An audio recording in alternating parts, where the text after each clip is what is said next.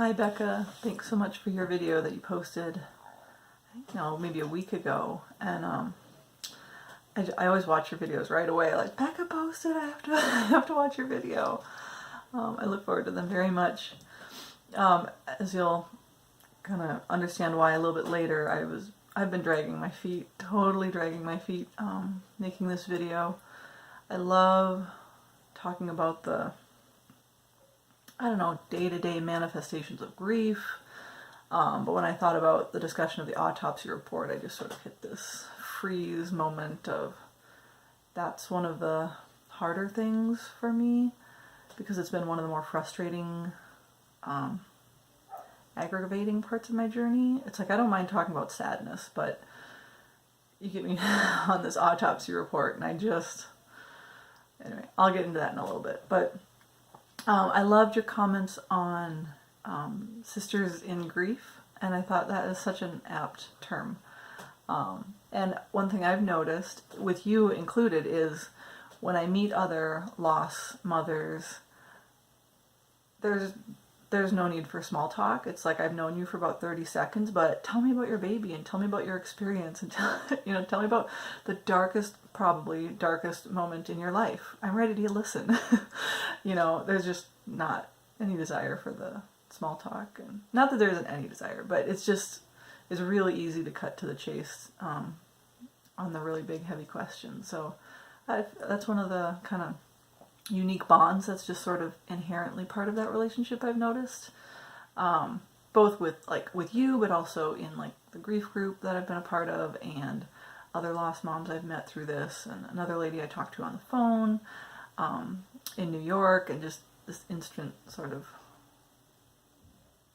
understanding at a level that most people don't understand. So sisters in loss, that's a good way to describe that really unique relationship that I have never experienced anything like that to this degree before.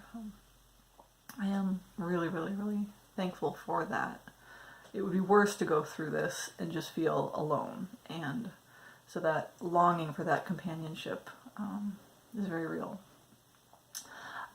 So the reason I thank you for sharing your Elijah's autopsy report. That was fascinating times a million to me. I mean, the fact that the fetal placental ratio was stated at 8.85 or something, and then they gave you the reference value of 6.65, and so it was maybe not super easy to understand, but I'm glad that your pathologist friend could help you understand the significance of that. And it's like, they didn't tell you cause of death unknown. They said, as much as we can tell, that was the problem, was your Elijah had a small placenta. And so, I don't know, it sounded like they made sense of what they saw, and you kind of left with some answers.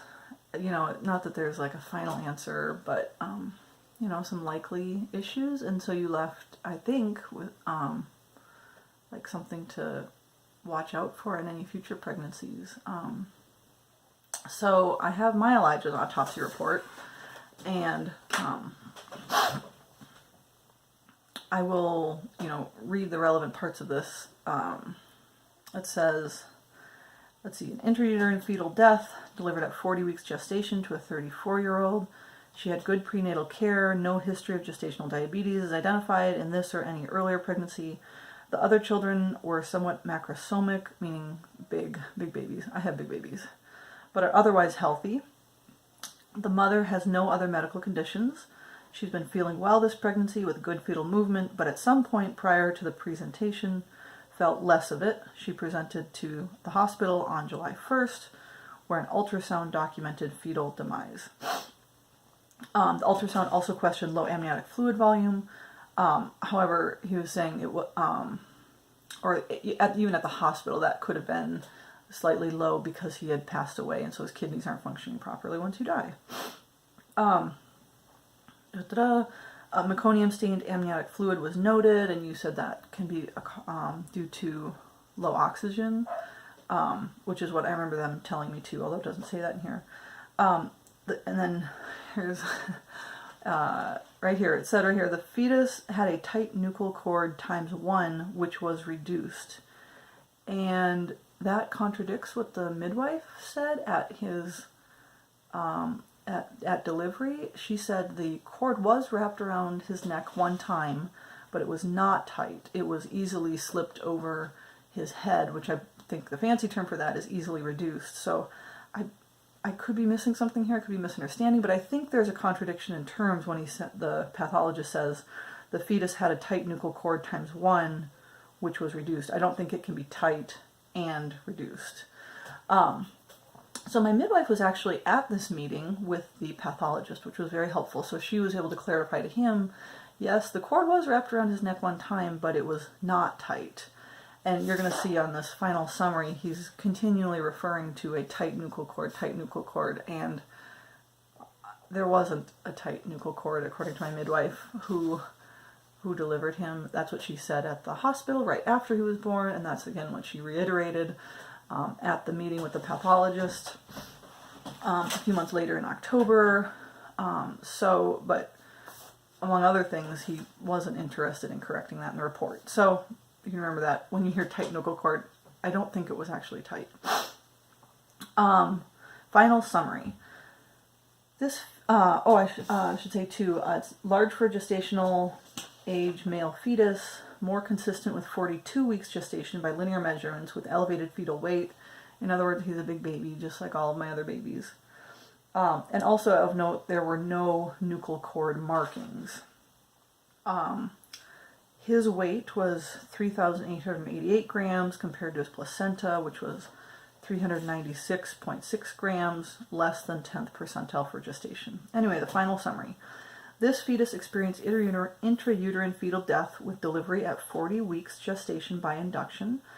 Cytogenetics on placental and kidney tissue were normal male, 46XY. They did do genetic testing and they didn't find any abnormalities. Placental findings included long umbilical cord with tight nuchal cord times 1. Again, we don't think it was tight. They go on to talk about the cord compression was a possibility, as one might see with tight nuchal cords. Again, the nuchal cord was not tight. The placenta was also small, less than 10th percentile by weight. That was really interesting, and one of my questions was, less than 10th percentile, how much less than 10th percentile? Like 9th percentile or 1st percentile? Because that matters. And he just kind of shrugged his shoulders and said he didn't know and couldn't find out, which I didn't quite believe.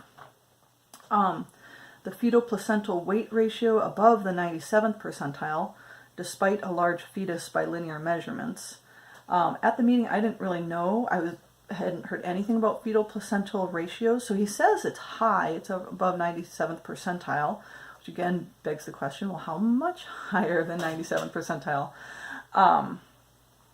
And it says it's a higher ratio despite a large fetus, and if I'm understanding fetal placental weight ratios, you would say he has a high number there in part because he's a large fetus. That goes into the fetal placental weight ratio.